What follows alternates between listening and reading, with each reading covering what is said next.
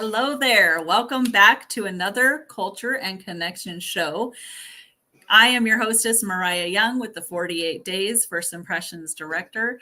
And oh my gosh, this topic today is going to be so fun. Have you wondered how to best invest in your team? I know we're looking at that right now as 2024 is coming up. I know a lot of people are working on their individual development programs. And so that is a great time to start looking at how you can honor each personality by investing in them. So stay tuned. I have an amazing guest today, and we are going to talk about that. So we'll be back in just a moment.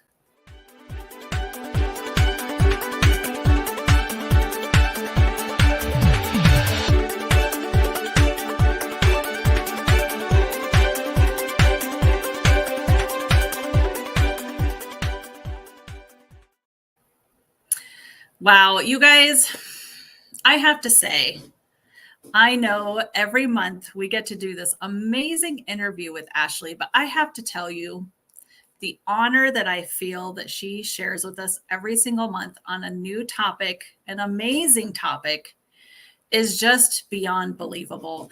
I am so excited to share her with you today. This topic is a really big one right now, this time of year. We're making our goals for 2024. We're looking at how we can invest in our teams and being able to grow both our companies, our leaders, and all different ways, right? So I think this conversation is critical. So I'm so excited to bring Ashley to you. And without further ado, I bring to you our Chief Inspiration Officer of the 48 Days, Ashley Logsdon. Yay! Hello. Thank you so much. Boy, what a warm welcome. I love having these conversations, and it's so great to be able to focus in on understanding all things about a personality style with somebody who loves to geek out on disc as much as I do. And I have to say, the extra advantage is that you've taught me so much about utilizing AI and how to use that for disc. I feel we both have gotten way more equipped with the nuggets of wisdom we can share in here as we can curate sources and things like that, and really use AI to our advantage. So that's what I did for our call today, and pulled some ideas from AI that we can elaborate on as well. I love that so much. You know I do. Awesome. Well, let's jump right in. We're going to try and keep this right to our 30-minute mark today. And I know we love talking about disc. So Ashley, can you share with us, first off, let's just start with, why is it important to invest in your team for company growth? It is so critical to do this, because your company team is the impression that other people are going to get. I mean, that's your best marketing is going to be, and your best success in the company is going to be how well your team is working together. When you have a team that feels underappreciated, it's working in a toxic environment, they're dragging their feet. This is something where even I, as a homeschooling mama, I really believe in delight-led learning. I recognize that forcing learning down your throat usually means I'm going to maybe memorize it for a test and it's gone and I lose it. But when you can let somebody go with their natural interests and you feed those interests, they retain it. Well, same thing when it comes to our businesses. When our teams and when the people we are working with feel invested, feel that they are a part of something bigger than themselves, feel empowered in what their roles and their strengths are in the company, they're going to serve the company better. They're going to make the company more money. They're going to share more enthusiasm that is going to translate in more sales. I mean, they're going to come across as that positive representative of your company. So it's so valuable. We sometimes spend so much time trying to cater to marketing to our audience and kind of gloss over the burned out workers that are working for us. And then we're shocked when we have things like the Great Resignation and everybody's leaving. And we're shocked when people don't have the same drive and you feel like you're pushing them along. If I have somebody on our team that I feel like I'm dragging right there, they're not serving the company well. They are they're causing more work for everyone involved in their lack of excitement. So what my best goal and the best way for me to get the results that I'm looking for as a leader is to get them so excited about it that I'm not dragging them along anywhere. They're excited and empowered for what it is they can do. Yeah, I love that. Oh my gosh. Okay. I know we could talk about this for like hours. Right. So Right. let's dive right in. And I'm going to let you choose which personality you want to start with. Where are we starting today? All right, let's go with the S, because we'll do the personality styles today based on the majority of the population. And so the majority of you all have some element of the S qualities in you. And that's great, because the S qualities are the people that oftentimes are in supportive roles. And I think about this, it doesn't just mean that no S is a leader. There are some very effective, powerful leaders that are high S personality styles. Yet, I would say even in their leadership, it's through support. The MO, the type of approach is, how can I serve best to get the best results? How can I bring this out in others? And so it really is coming more with a service sort of attitude versus maybe that high D that just says it's the bottom line, take charge. So so let's start with S as the majority, and again, S personality style being oftentimes in that supportive role, being seen as a great listener. They oftentimes are relied on for more organization and for keeping things consistent, looking at more of the long-term relationships. And these are the people that oftentimes do know the relationships of people on the team. You know, they can say, "Hey, how was your son's baseball game last night?" And they care and they ask those questions, which is so beautiful for making people feel seen and heard in your company. Awesome. I love it. All right. So how are we investing in our S's? Yes. So if we want to support what our S's are doing in our company, our S's are oftentimes the ones that can be very overlooked. S's and C's oftentimes, because they can be thrown into more of those supportive roles, sometimes they're overlooked for what all they can do. And so for that S personality style, you want to make sure that they do really feel seen and heard in your company. Some of the ways to do this is to appreciate their reliability and their consistency. Oftentimes, the ones that show up all the time or that don't rock the waters are the ones that don't ever get the acknowledgement. So making sure that you show that you take the little effort, sometimes something as simple as just saying, "Hey, I appreciate what all you're doing. I appreciate what you did to help me out there. Thank you for catching that. I didn't notice it." As simple as that can mean the world to them. I know, as a volunteer with the Florida State Parks, one of our managers at the park we're about to go to, he would come in periodically and go, "Hey, has anybody told you today what a great job you're doing and how grateful we are to have you here?" And I'm thinking, first off, that's personality style. I know that. And second off, how great that he takes the time out to value people like that. So appreciating the reliability and consistency is one. Making sure that you're looking at where do they have stability and support at work, because an S's greatest fear is loss of security. So when there's instability, it can get a little dicey and you may not see the best quality of work. So if you're going to be having change coming, if you knowing that there could be potential resistance to change, how can you add some patience, not forcing things too fast, and also some reassurance? How can you give a heads up when things are going to be different, so that you're preparing people? Because you're going to get a much better response and reaction out of an S and a C when they've been prepared for what shifts may happen than if you're just going to dump it on them at the last minute. So preparing them in advance can really help. And then again, just recognizing what their contributions are, even if it's just for team harmony and morale. Maybe they didn't make the big waves, that they were the one that led the whatever.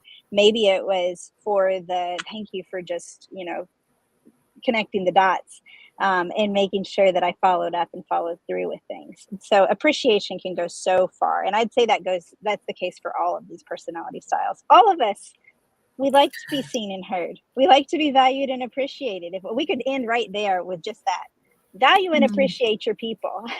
right. But yes, there are some great ways to do it in the ways that support them. And so for S's especially, I would say taking the time to give them accolades, and that does not mean putting them in the spotlight. It is the simple words of affirmation. It's the thank you on the side. It's just showing those little tokens of appreciation and preparing them when changes are going to happen and giving them a heads up so that they're not just blindsided by things. Those are two great ways to support them.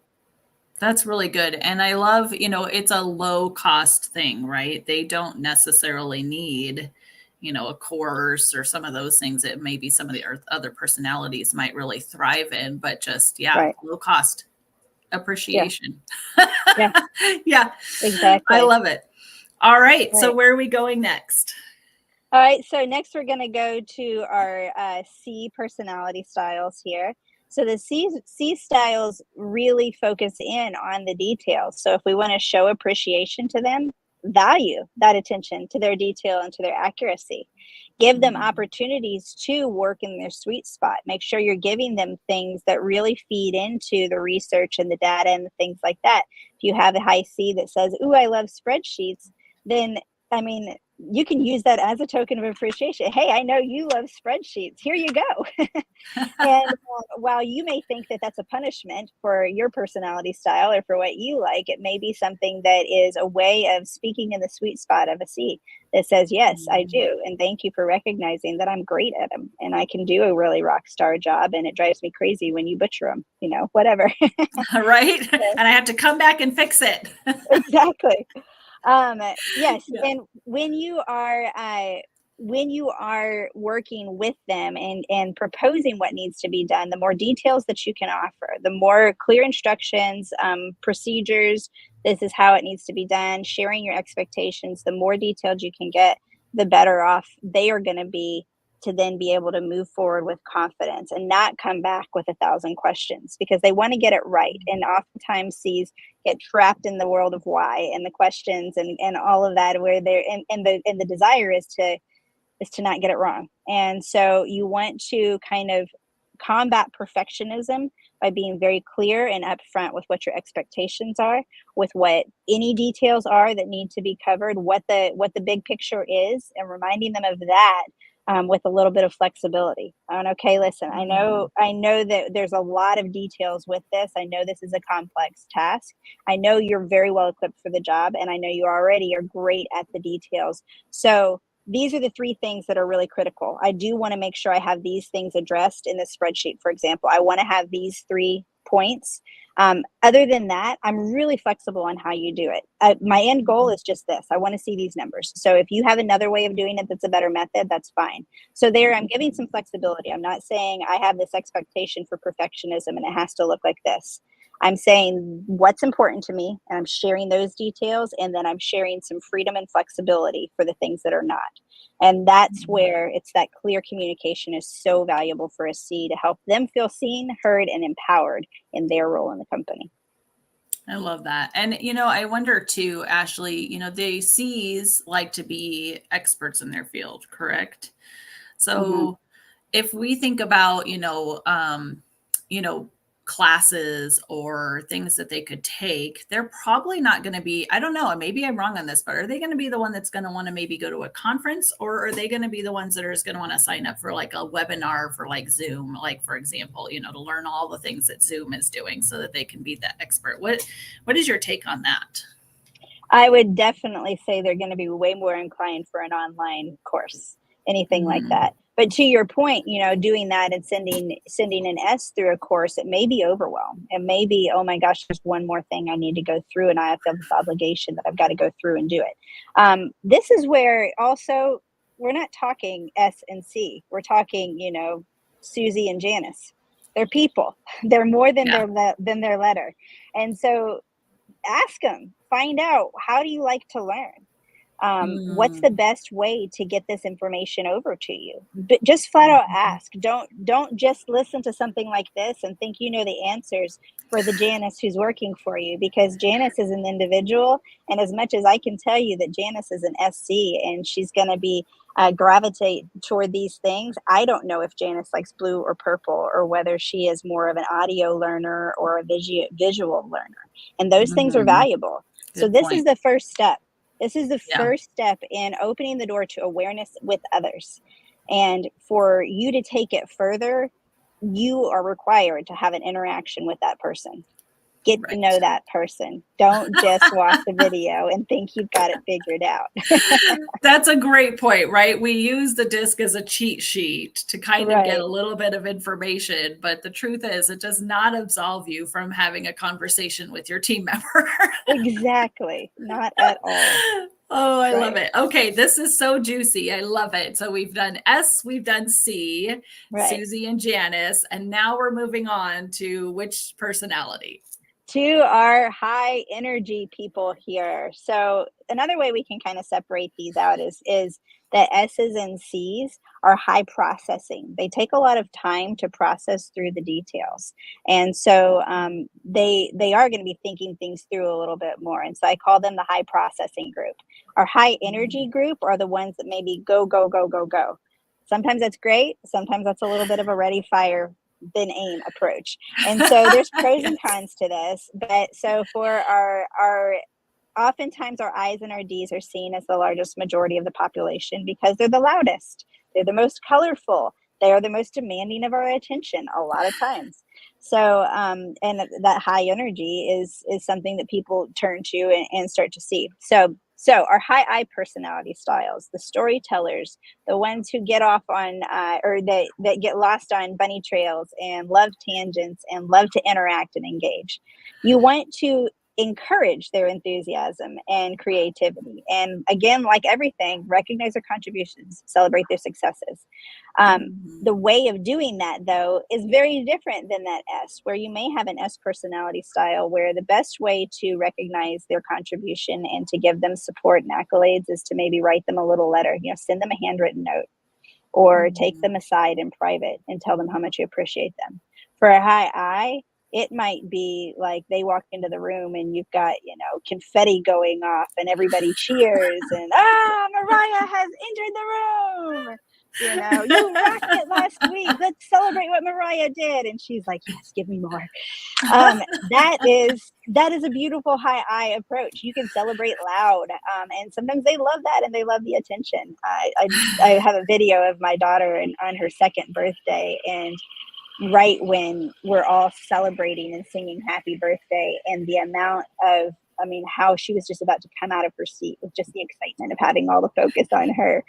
That's okay. That's a fun thing to celebrate. And adding the fun in our business world and in the workforce, and adding some of those elements of things just for fun helps so much. I'm reading a book right now on creativity, and it is talking about all of these organizations that you've heard of before, Google and Apple and all these other companies where they allow for so much downtime, and they allow for games. They have games, they have, frivolous things, all these luxury things, a nap room, all these things that seem counterintuitive to productivity. And yet every year we hear more and more about this. There are more and more books, more and more articles that talk about when you add in joy, when you add in the downtime and the rest, that is where sometimes the most brilliant innovations occur. And this book is example after example after example of new insights and new things that have happened in business because they've allowed the fun, or because they've cross-pollinated and they've allowed the engineers to talk with the accountants. And all of a sudden a new idea has been solved because they're not coming at it from an engineer eye, and they're seeing it in a different analytical way. So there's so much beauty in kind of changing things up and switching things up and doing it in a fun way. And that's the high I way. That's such a great way to support the high I. So as much as we want to prepare those S's and those C's, that I, you may throw for a full curveball and say, hey, you're not doing what you're typically doing today. I want you to go, and I want you to just go hang out, just be a fly on the wall in this room for an hour and see what they can get. I mean, that's a fun way to just, well, okay. So even like when I asked AI about it, they said address their potential impulsiveness with structure and guidance. Sorry. Let me say that again. Address their potential impulsiveness with structure and guidance. I mean, how fun. You know that they are tempted to talk. You know that there is there's a new employee that's coming, and that high eye is just itching to find out their story and to know more about it. Make it happen. Like, allow it. Say, okay, wait, can you be the one to show them around? Give them the ropes, let them see the whole business. And in doing so, you're giving that high eye the opportunity to bounce into the different areas of the business or learn more about it themselves. You're giving them a way to warm up and let the new hire know what's going on. There's a lot of ways that you can utilize that high eye desire to play and have fun in a way that's very lucrative and beneficial for your company. Totally. And I think too, again, thinking back on like, maybe classes or things that, you might allow them to do over the next year for development is that don't put these guys behind like a camera and online courses for hours and hours and hours. Yeah. That is They're not the ones going to be for a the great way. Right. Yeah. Send them to the conference. Yes. Yeah. Yes, You go to exactly. social media marketing world and it's like high eye heaven. And everything is catered to it. So much so that Social Media Marketing World, which is a great event, I highly recommend for anybody who is involved in social media with your business. It is a great one to learn about how to use that effectively. And they specifically focus in on ways to help introverts navigate it because they recognize it is a high eye mecca. It is great for the socialites. Can be a little bit overwhelming for those who prefer to just be behind a screen, so they navigate it well there. Yeah, that makes total sense. I love it. Okay, so that's an easy one to talk about too. I mean, I think both of us having I in our personality, we can easily talk about that. Let's go to we've got one left, so I'm going to let you go ahead and introduce it. What's our last one? So our last one is a high D, the one that everybody assumes everybody is. And they think, oh, if only I'm a D. Well, a D is the smallest percentage of the population. And you can see a very wide variety of people that wear a D hat and how they do that with grace and or with a control hat. And so let's think about how to give control in a positive way and how to make our Ds stand out as driven and dynamic, not just a dominant jerk. And you can. And I don't ever want to pitch any of these personality styles as that's the stereotypical bad one or jerk. And I feel like I have heard every single personality style where somebody is really extremely high. I've heard them come to me and feel like theirs is the bad one. And so I want to stress that there's not. There are negative reactions we all have. And when we are really triggered with our personality style and that reaction comes out, it feeds the stereotype of what the bad part of that personality style is.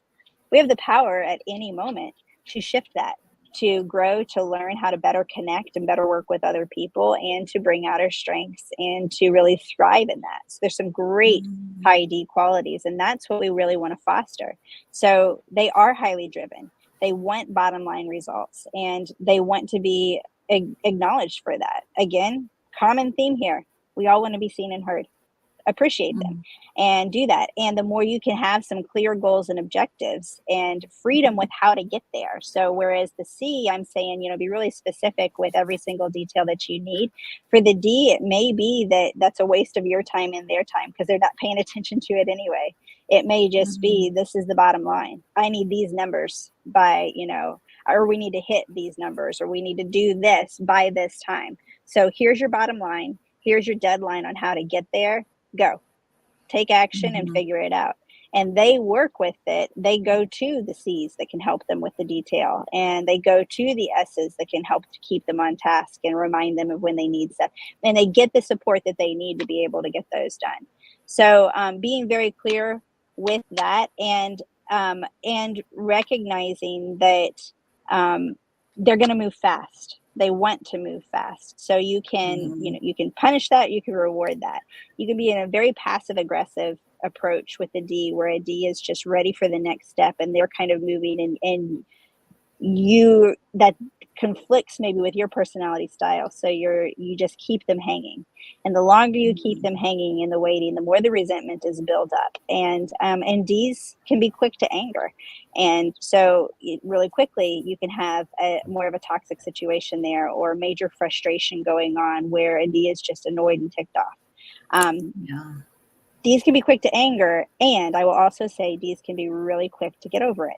So keep that in mind. While you may think that this is scary because you've got somebody who's feeling strong emotions, we also can let go of those really fast. And I've had to work with this again in my own home. As a mama, I'm working with, having two children, one who's an S and one who's a D. And I have had to let both of them know, the anger that happens is part of that process of processing through your emotions and letting it go. It's okay to be angry, and it's okay to let it go, and recognize that you let it go a lot faster than your sister does. Your sister's still stewing on the hurt that just happened. So you need to appreciate, you need to recognize that as well. So the more that we can work with each other and just communicate. If you've got a D ready to go and you're not ready to handle it, just a simple statement of, I really appreciate your patience, right there, giving accolades to something you're anticipating from them, not necessarily that you're getting, but that you're anticipating from them. You're giving them accolades already and saying, you're doing great at patience. Like, I appreciate your patience here. I plan to get this to you by this date. And then they know, and they're no longer looming over your shoulder waiting for the next step. So, so clear communication. Yeah. And again, we can scratch all of the individual things and say clear communication and owning your side of it. So you're sharing, this is what I'm feeling, this is what I'm thinking, not about anybody else, but you being able to share those. So you're being very clear on what it is you're needing. You're being very clear on how you're feeling about it or where you're at with it, and you're communicating that, and you are valuing and appreciating the person you're talking to. I mean, those three steps, that right there is going to get you so much further in having a team that feels seen and heard, that will brag about your team to everyone else. And oh, so good. So good. I love this. So we could clearly continue to talk about this for a very long time. And I mean, even as you're talking, I'm like thinking of people in my life. I'm like, oh my gosh, yes, this is so good. So let me just say, if you are looking for more ways to incorporate, DISC personalities, really customizing and tailoring your company culture to the, not only your business, but to the people who help you run it and help you grow, you guys reach out to us. We have our website. You can go to 48days.com/DISC assessments for business. We'll put the link. It does have a dash in between each of the letters, but I will put a link into the notes so that you guys have that. And then, of course, if you want to learn more just about trainings that you can create, we are, as Ashley said, we are incorporating AI in a big way to help you guys be able to use DISC so much more than you probably already do. So you can reach out to me at myoung@48days.com. And of course, you can always go to 48days.com and learn more about DISC as well. So Ashley, do you have any closing thoughts before we wrap up today? I just want to add, just emphasize that even more, that our goal is not to give you the cookie cutter approach, just like what we were talking about today, where this is not just about that S or C or D or I label, but this is about the I keep using Janice today, so we're just going to stick with Janice, the Janice or the Susie. So you've got the Janice and the Susie in your team, or George and Frank, whoever your names are, whoever your people are. Get to know the individuals and really talk with them. When you call and you work with 48 Days, our goal is to look at your unique situation. And then Mariah is the concierge. She's going to help you to see, how can you take it? How can you expand on what you're doing with what resources that we have? And that's going to look different for everyone. And with the use of AI and Mariah as a AI prompt creationeer, I love that title. I have to say that all the time. This is such a great title. Thank you. you've been able to integrate DISC and AI so well that you can curate workshops for people. You can curate, this is a plan for how to, implement this in your business. We have group dynamics reports where you can get an overall feel for the whole team that you're working with and be able to say, this is a C-wired team. This is the pro and the con for this. And this is where we can get extra support. And so there's so many resources that we have. Our goal is to, instead of overwhelm you, it's to talk to you as an individual. So reaching out and talking with Mariah will help to open the door to what's specifically curated that's a good fit for you, for your budget, for your desires, and your goals that you want to do with your business. So I encourage you to reach out and learn more about it and get to know us as an individual. We'll get to know you as an individual, and we will all celebrate all of those individuals on your team. Yay. Awesome. Well, guys, thank you so much. Join us again next time on Culture and Connections. And thank you again, Ashley, for joining us today. Have a wonderful week, guys. Happy Thanksgiving. Yes. Bye.